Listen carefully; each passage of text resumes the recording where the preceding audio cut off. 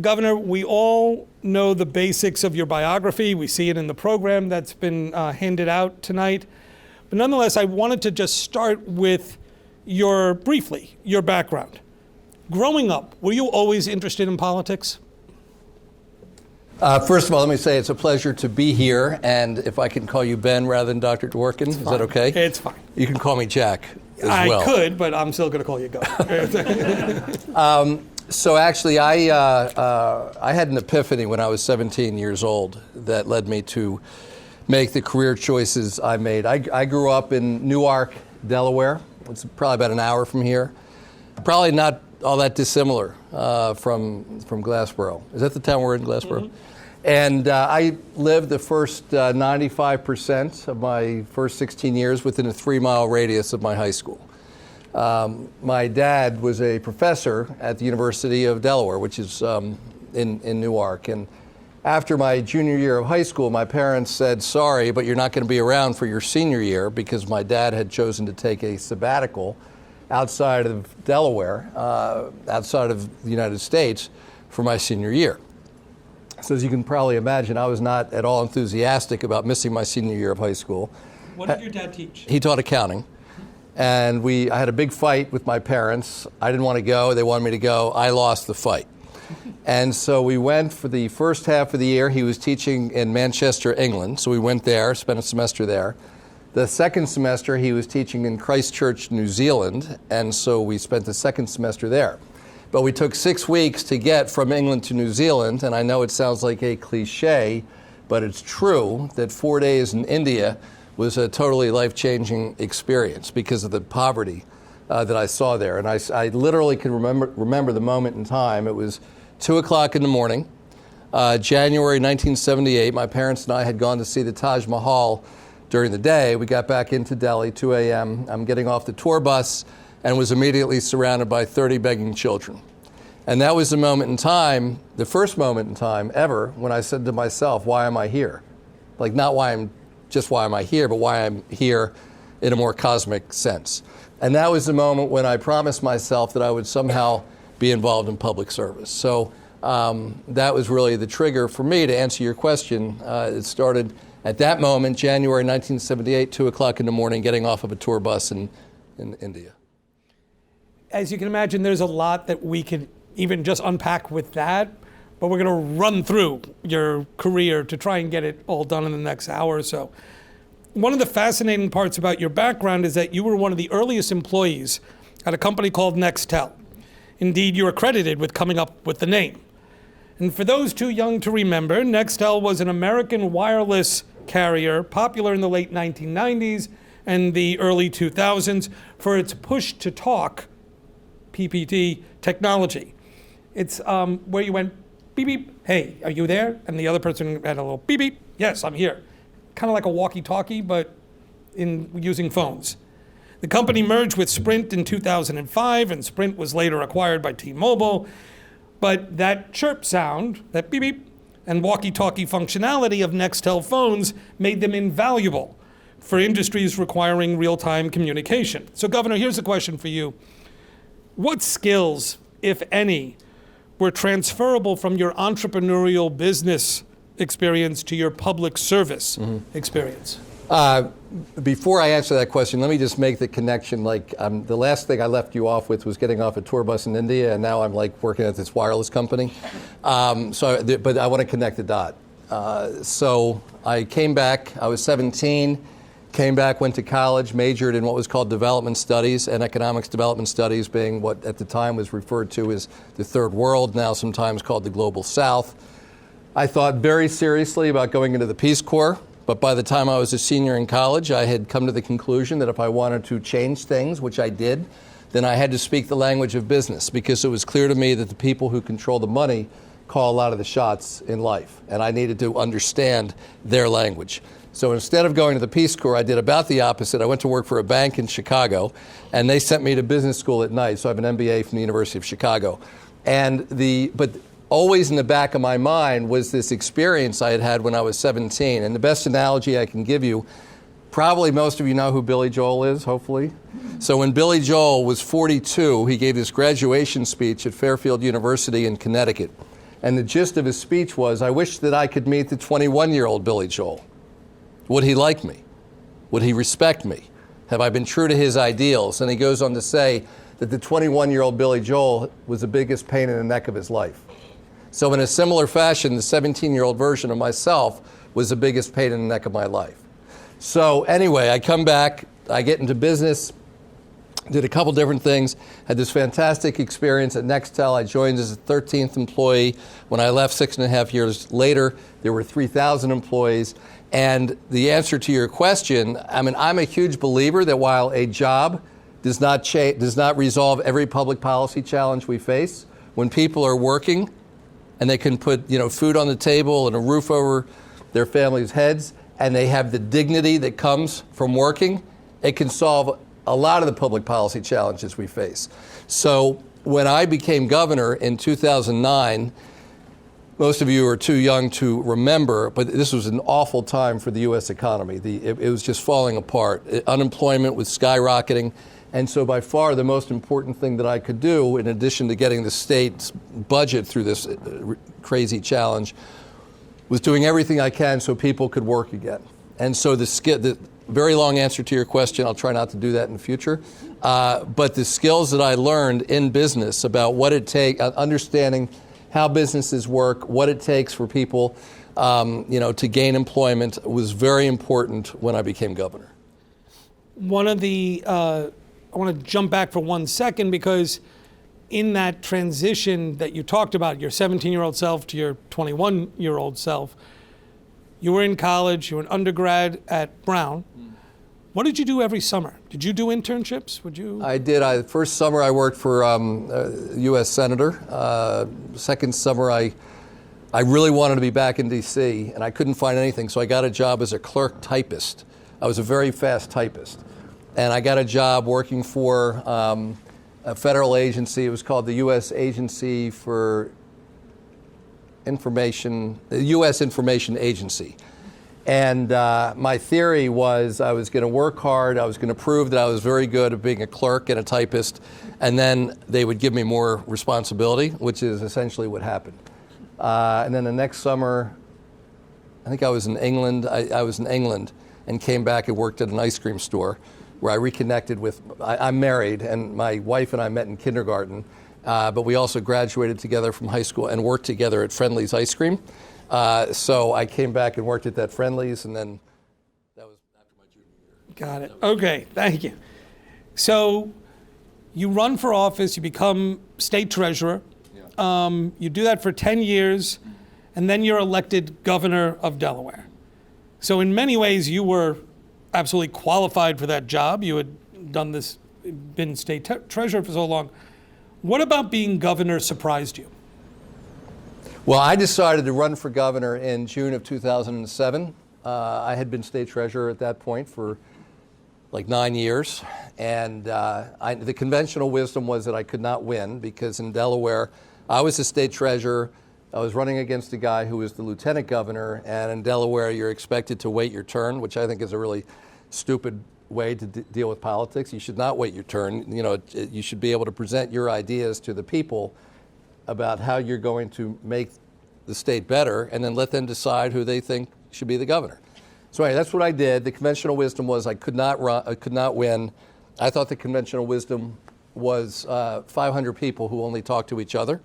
So I didn't spend any time talking to them. I talked to everybody else. And so I launched my campaign in June of 2007. I win the primary. I'm a Democrat. Win the primary in September of 2008.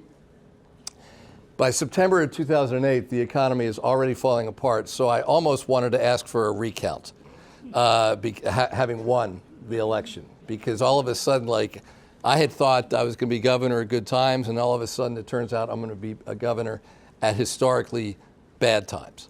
So I had not anticipated how difficult the economy would be. I had not anticipated how difficult it could be to deal with the legislature. And they were Democrats. And I ended up having more problems with the far left of the Democratic Party than I did with a lot of the Republicans. I'm a huge believer. I mean, I think the whole left versus right It's a bunch of talk. People don't care about that stuff. What people care about is whether they have a decent job, whether their kids go to good schools, whether they raise their kids on streets that are safe, and whether their family can breathe clean air and drink clean water. I mean, that's what people care about.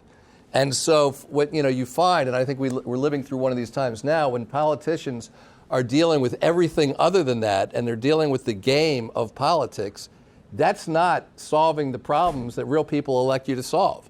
So I think I was a little surprised by how much time is spent on the game of politics when the very serious work of improving people's lives ought to take precedence. I mean, you were part of state government. You were state treasurer. Did you not anticipate there would be difficulties with the legislature? And I think I probably did not anticipate it to the degree that I found it. Okay. Yeah. State governments are sometimes referred to as the laboratories of democracy, a phrase originally coined by U.S. Supreme Court Justice Louis Brandeis.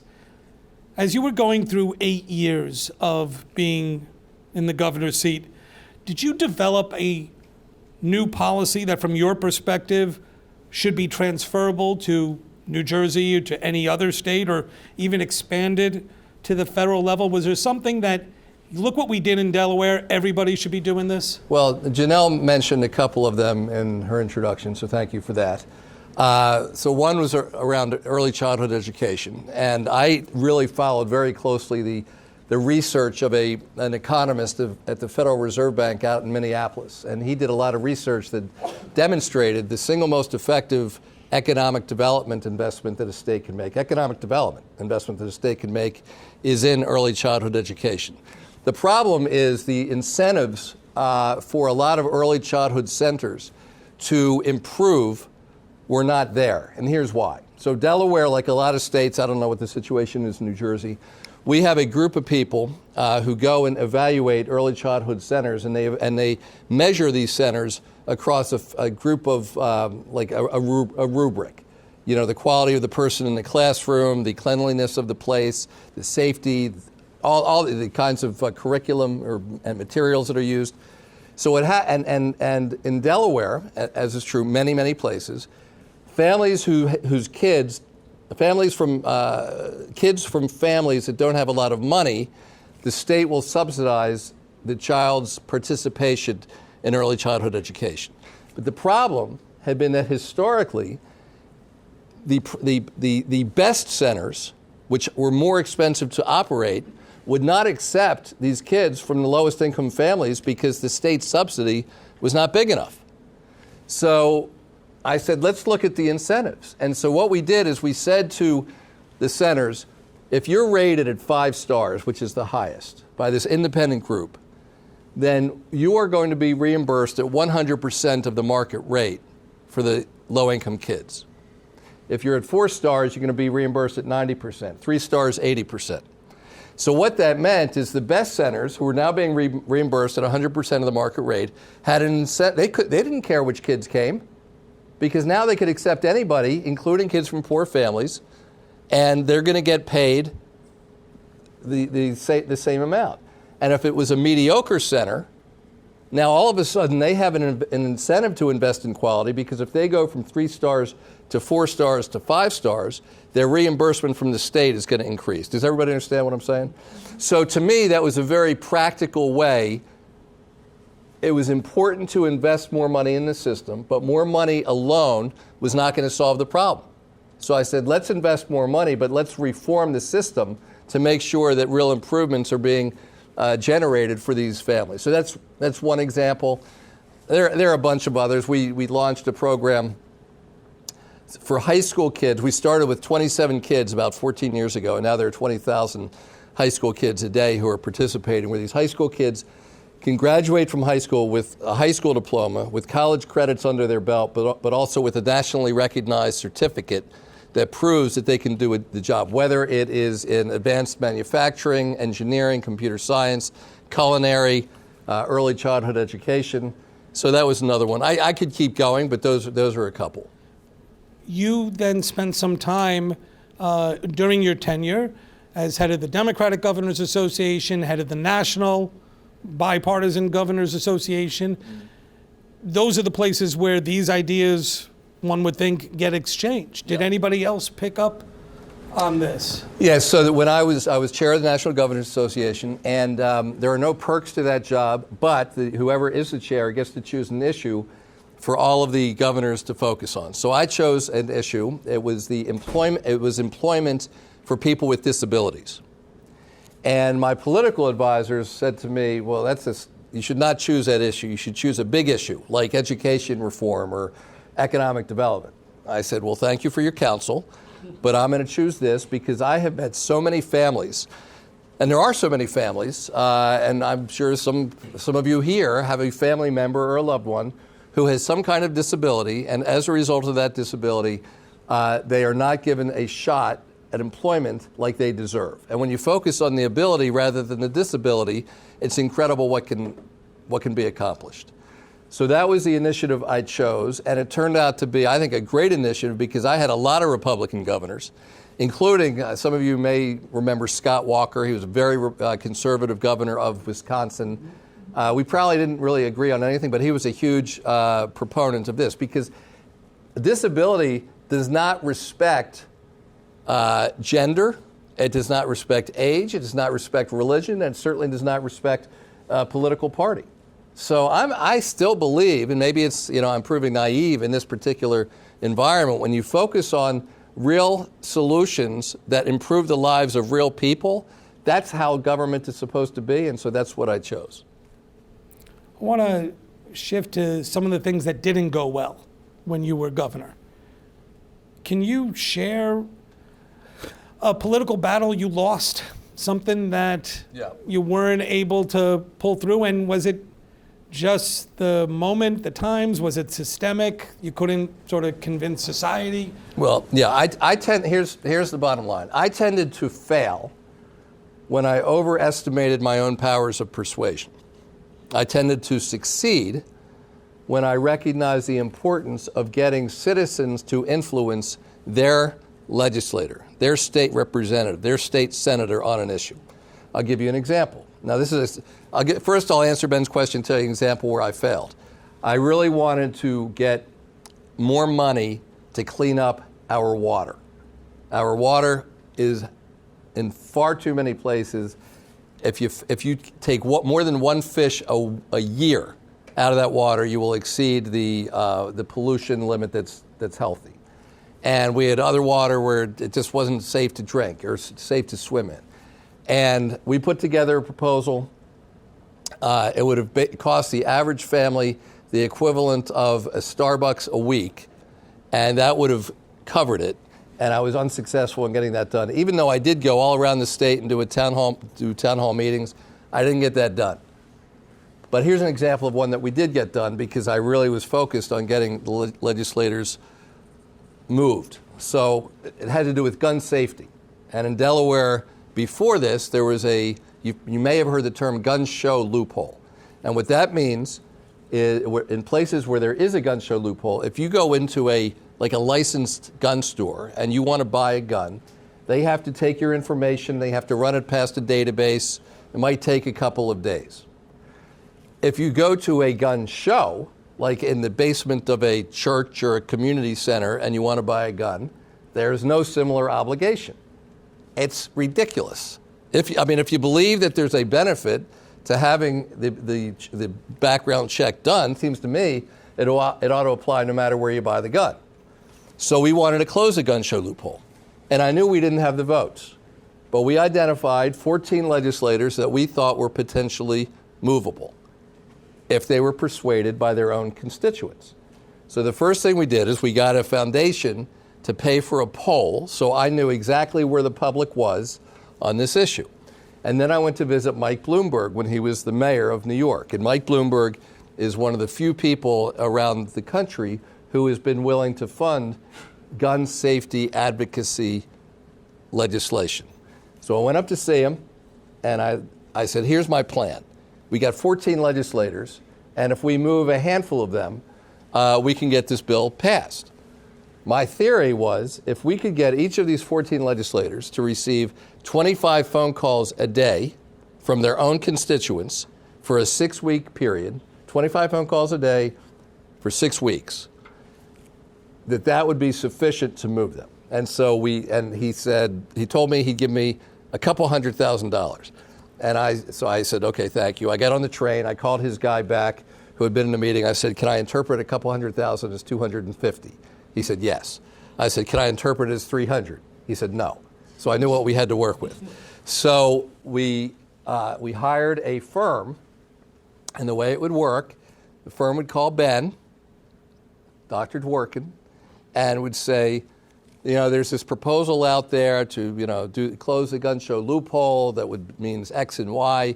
Do you support this idea?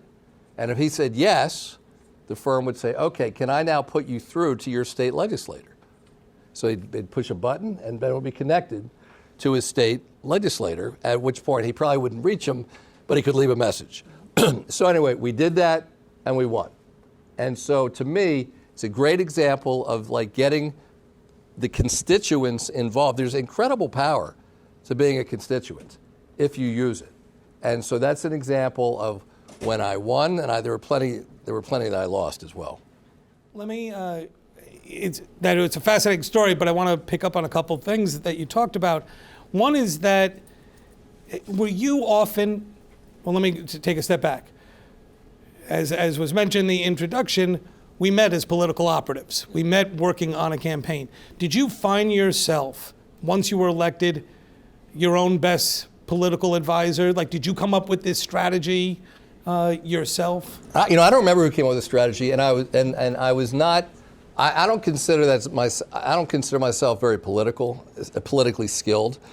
But what I am good at is understanding how people will hear a message. And so I know how to, I felt I was good at messaging and explaining to the people of Delaware, here's what's going on. And I'm a huge believer that as a candidate, as an elected official, you need to have a compelling worldview. And a worldview means a perspective on here's how the world around us is changing, what those changes mean for the people we serve, and therefore what we need to do differently. And I was very much on message about what at the time I saw as that worldview. And that worldview at the time, it's a long time ago, was with globalization, companies had more choices than they'd ever had before about where to hire people. And with technology, they were going to need to hire fewer people. And frankly, people of your generation, you are living through this. The employment situation, as you probably know, is not as good as it was 8 years ago, say, for new college graduates. And so it makes it there's an added burden on you to figure out how you're going to differentiate yourself when it comes to applying for a job. And so I explained that all over. I went everywhere I could in the state to explain that perspective and say, and therefore, these are the things we need to do differently. Janelle mentioned one of the things I did was focus on language immersion. I'm a huge believer. We in the United States, we're terrible at speaking more than one language. We think the whole world revolves around speaking English. And, English is if you're going to learn one language, it's a pretty good one. But as an example, we had an insurance company in Delaware that was in the business of providing expatriate. That means if you're an expatriate is if you're American and you're working for IBM in Germany, you're an expatriate. And this company provides insurance to expatriates. And so we had 500 employees in Delaware who were that was their job. But the same company had an office in Belgium. The average number of languages spoken by their people in Belgium was 3. The average number of languages spoken by their people in Delaware was slightly more than 1. Who are you? If you're the employer and you have to add jobs, where are you going to add jobs? And so I use that as a reason to really focus on language immersion in Delaware. So we started at kindergarten, and now something like 1 in every 6 kindergarten. It starts in kindergarten, it goes through the 9th grade. Students spend half of their school day, it's all opt-in, but they spend half of their school day learning in either Spanish or Chinese. They learn science, social studies, and math in that target language, and then the other subjects they learn in English. That's through elementary school, and then middle school it's 25%. Okay, that's pretty amazing. Something that you have there. I want to, before we leave this sort of the experience of governor, I want to go back to the losses you talked about. Because obviously, as you said, with the clean water effort, you understand messaging, you're gifted at it as a politician, but it didn't carry the day. Leaving aside sort of what happened, what was the aftermath? Two parts to this. Was it a significant blow to your administration?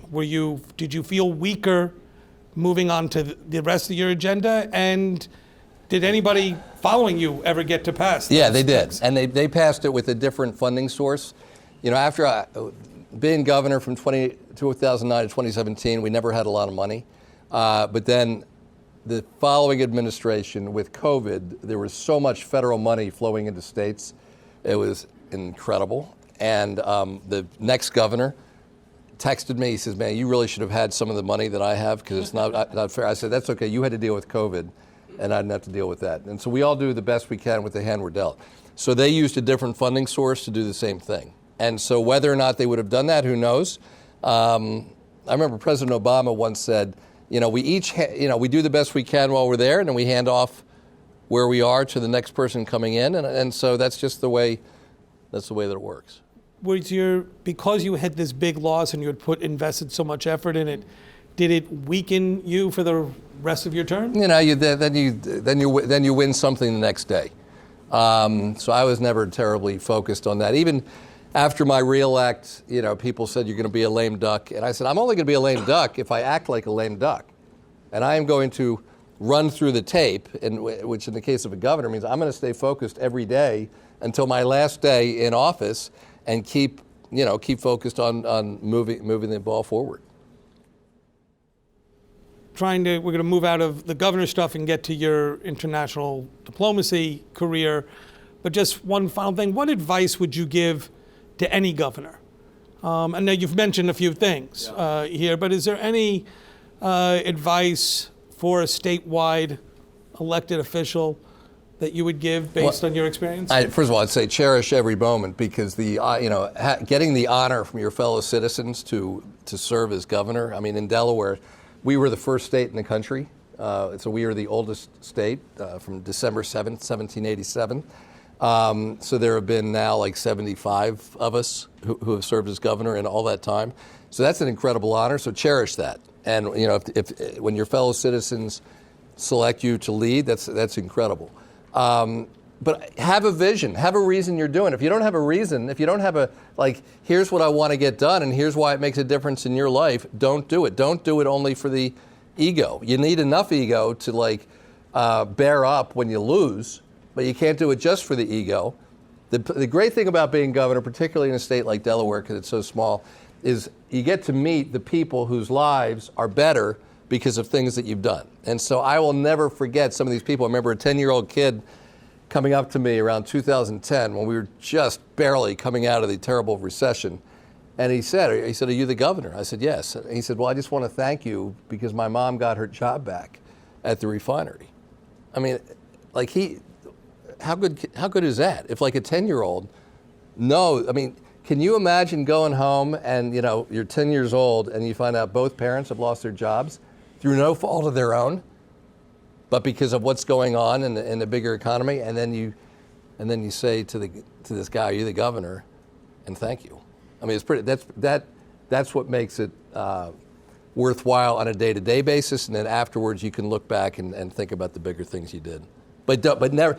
So to your question, never lose sight that it's about one family after another family or a single person, whatever it is. This is not just about numbers. This is about real people. So in the example of the language immersion, I met this woman came up to me a few years after it started, and she said, her family had just gone to China to adopt a baby from China. She said our third grader came with us, and she did all the translation. I mean, she wasn't fluent, but she was able to get by and translate for the family as they were navigating the situation in China. But that's pretty cool.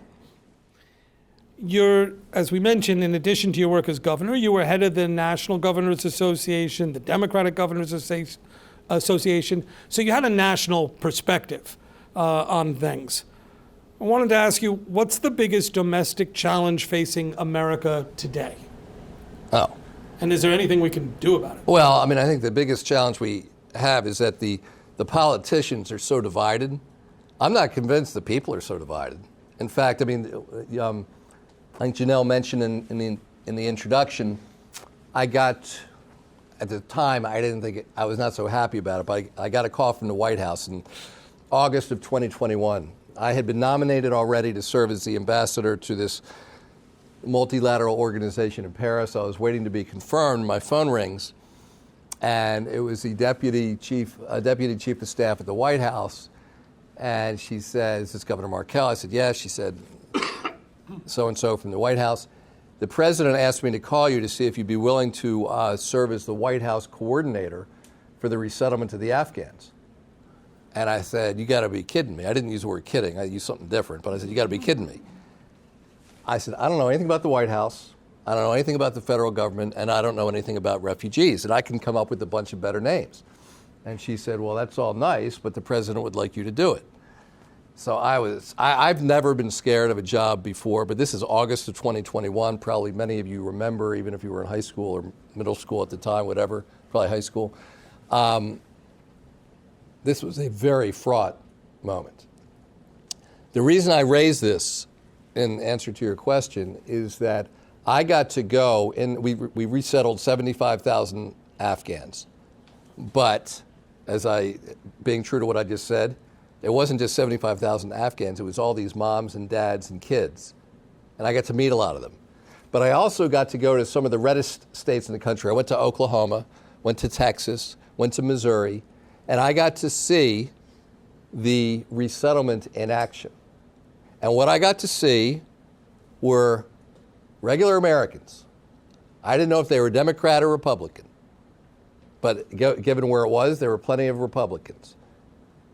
And they were so decent and so good and so focused on helping their fellow citizens in resettling that it was like one of the best experiences that I've ever had.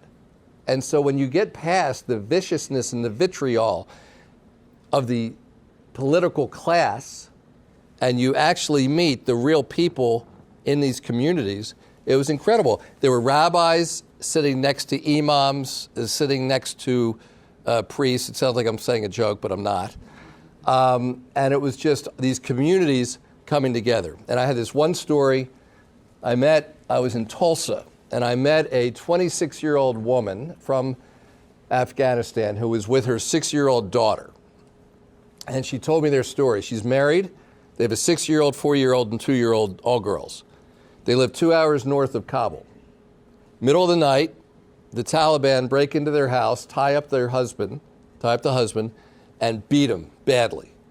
They let him go, and the husband and wife decide, we got to get out of here. It's the middle of the night, 2 o'clock in the morning. It's pitch black. They go out through the back door, and the wife and the oldest girl, 6 years old, lose touch, can't find the husband and the other 2 kids. She goes to the bus stop, waits for a bus to come. She has no money. She convinces the bus driver, to take her and the 6-year-old to Kabul. They get to Kabul. She hears the Americans are flying people out. She goes to the airport. She convinces the Marines to let her and the 6-year-old through. They fly her to the way it worked. Everybody from Afghanistan, those last few weeks of August 2021, before they came to the U.S., they were flown to one of 8 military bases in either Europe or the Middle East. So they flew them to Germany. After a couple days, she was able to borrow a phone, found her husband in Abu Dhabi with the other 2 kids. After a few weeks in Germany, she was flown to Fort Bliss in Texas. And she was in Fort Bliss for about a month.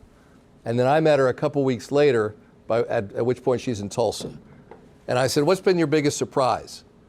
And she said, "My biggest surprise has been how fantastic and how wonderful the soldiers were in Fort Bliss. And I realized that the kind of service they provide, that's what I want to do myself one day." And so these Afghans saw the best of America. I'm not saying it was all perfect, because it wasn't. And by the way, I give a lot of credit to our veterans, because it's our veterans who served with many of these Afghans in Afghanistan. And they came back and they made clear to Democratic and Republican members of the Congress alike that we have to take care of these people. You talked about partisanship, and obviously, and you talked about being able to work with Republicans when you were governor, but you do identify and you are registered as a Democrat. We get this question, someone's always submitting it to it, so we ask it to a lot of people who sit in this chair. Why are you a Democrat?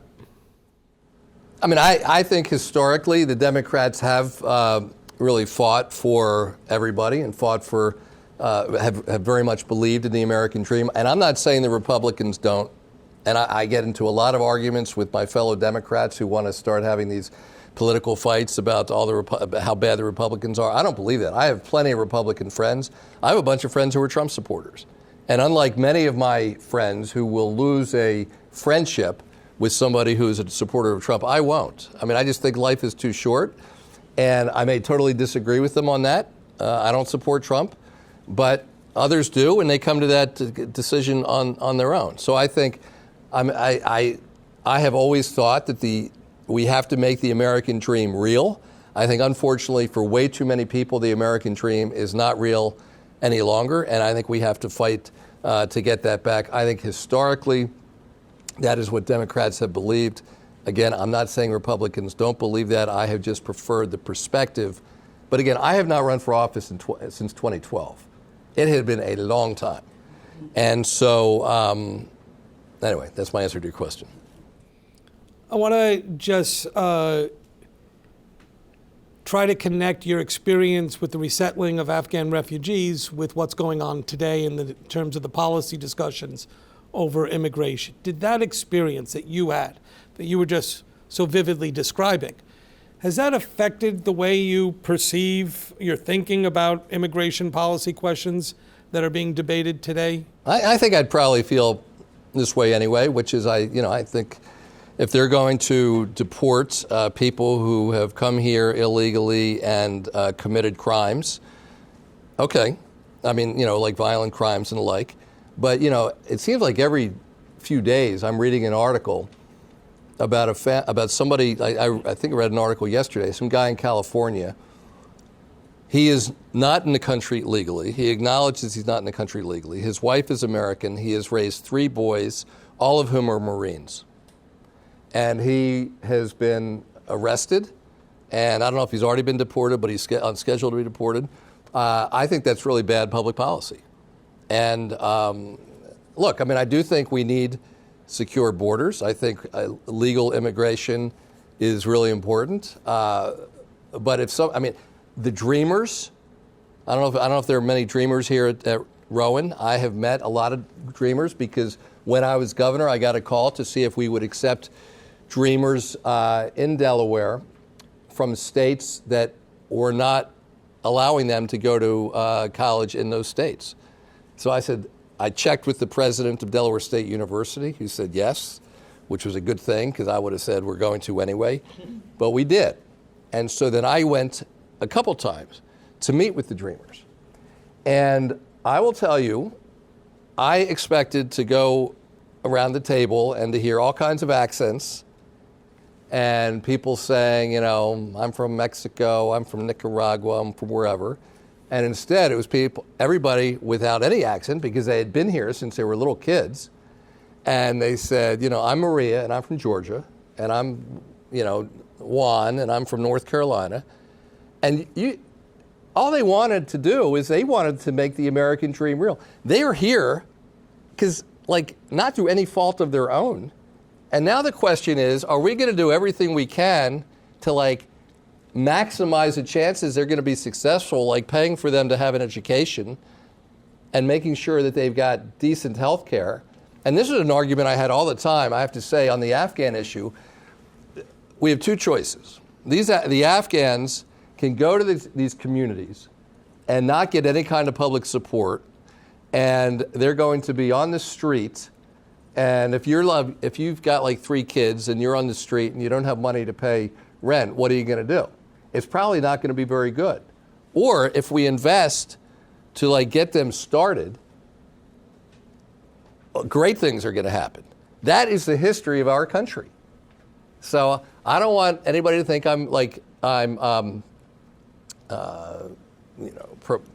being a proponent of people coming over the border illegally, because I am not.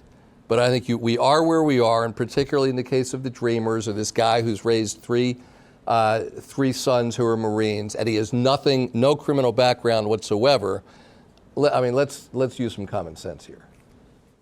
So following your work with the Afghanistan refugees, you're nominated, or you were actually previously nominated, but you went on to become U.S. ambassador at the OECD, the Organization for Economic Cooperation and Development, headquartered in Paris.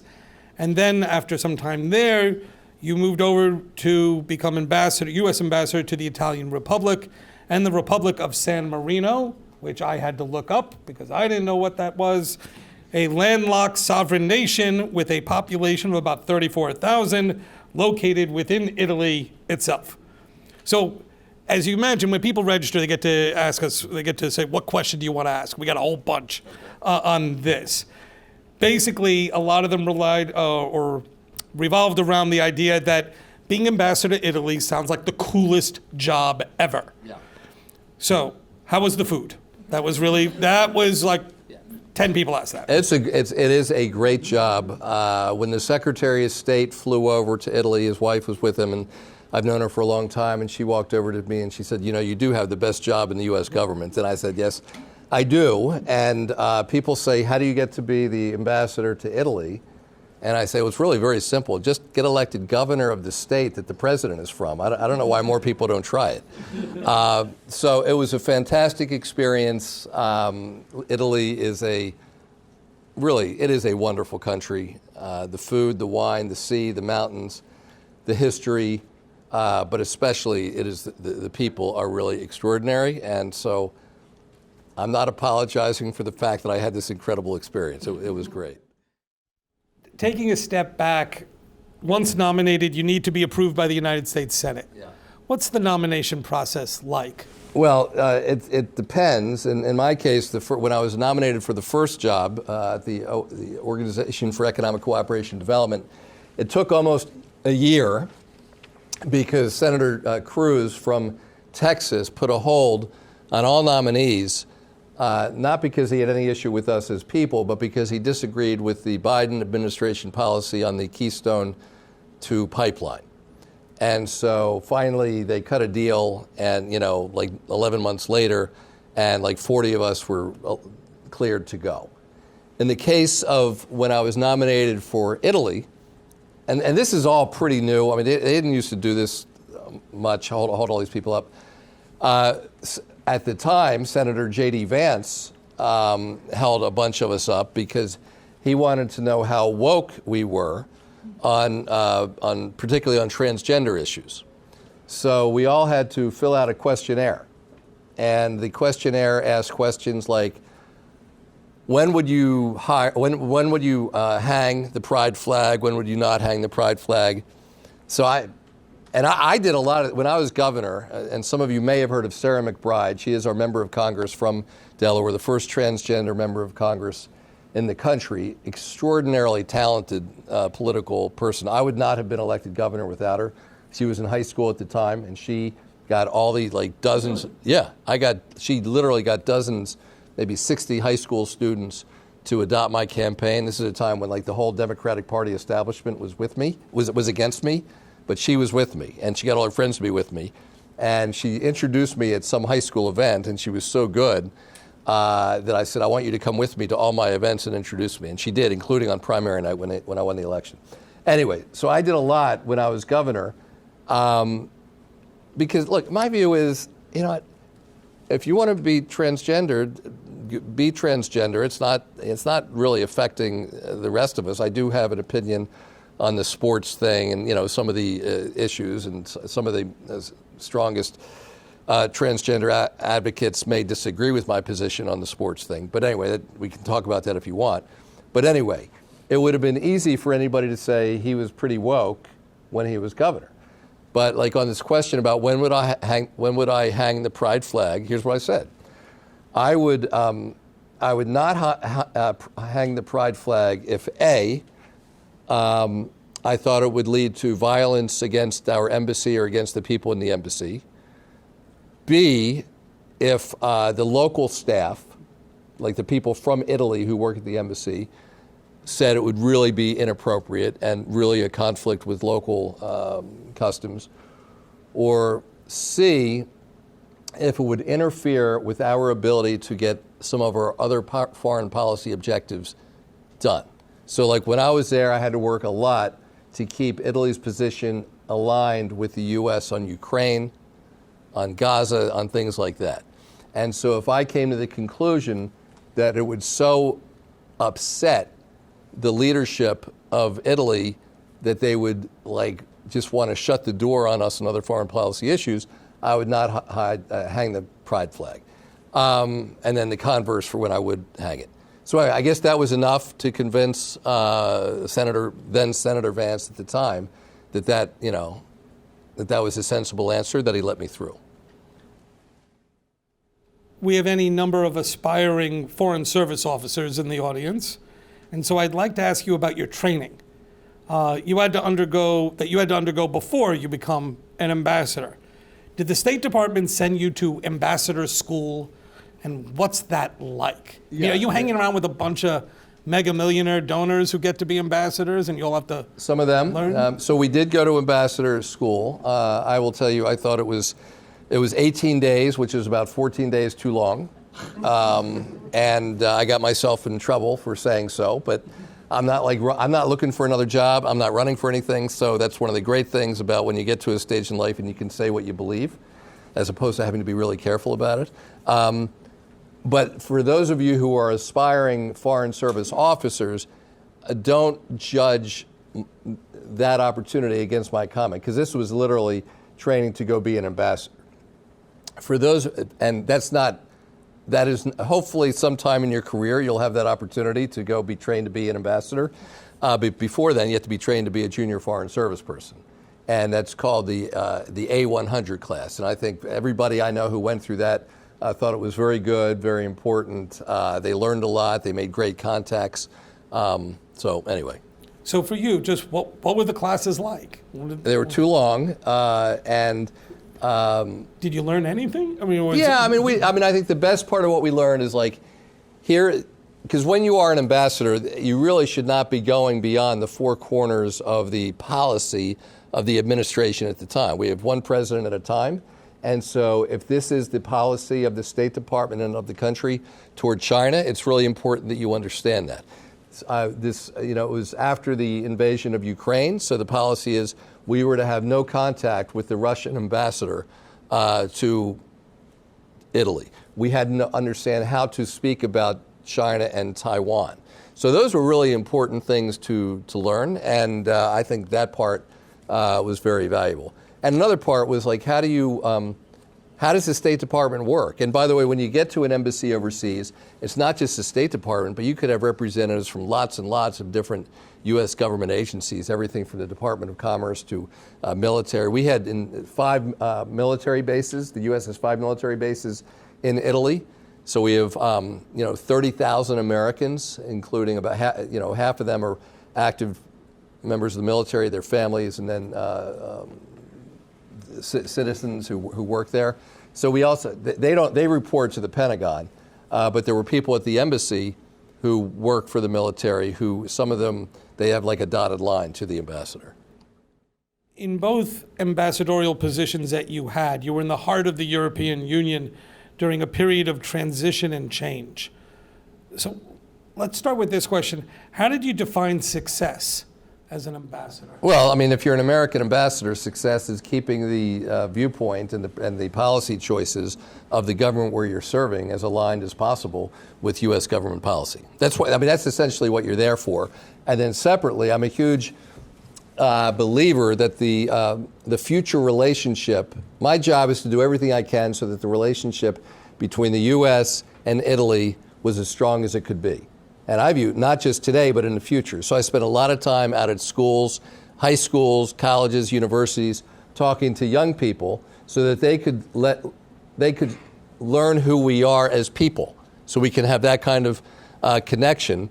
Because I'm going to be dead, and they're going to be in charge, and we want them to have strong relationships, across the border. So, and then of course I also had to spend time carrying the water of American businesses that were doing business in Italy, but maybe running into regulatory problems there, and also trying to recruit Italian companies to invest in the United States. What were your biggest frustrations during your time in your service abroad? Well, the State Department is a big bureaucracy, and so anytime you deal with a big bureaucracy, it can get frustrating. But I think overall, I felt really lucky, mainly because Italy is such a fantastic country. I would, somebody asked me earlier if I would take another ambassadorship, and I would not. One, because I've just, that part of my life is behind me. But also, if you've served in Italy, I think it would be hard to go almost anywhere else.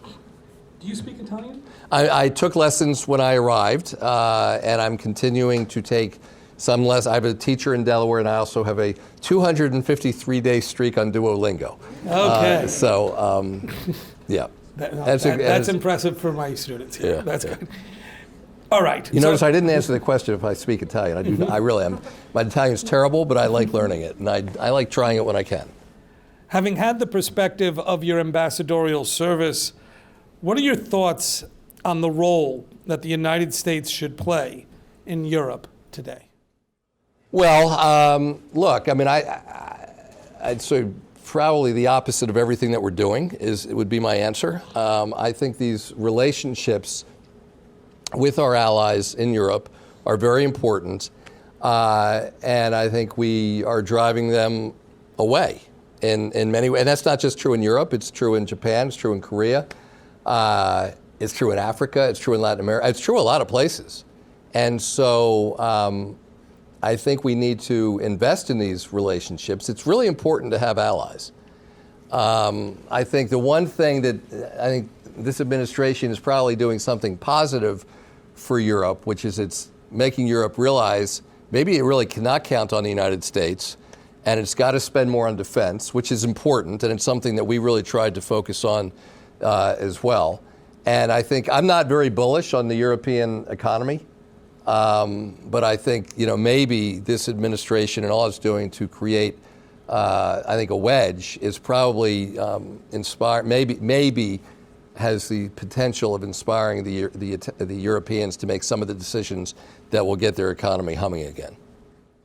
We have been going for an hour, and so I'm hitting our traditional concluding question that I have for you. Governor Markell, what do you know now that you wish you knew when you were in college?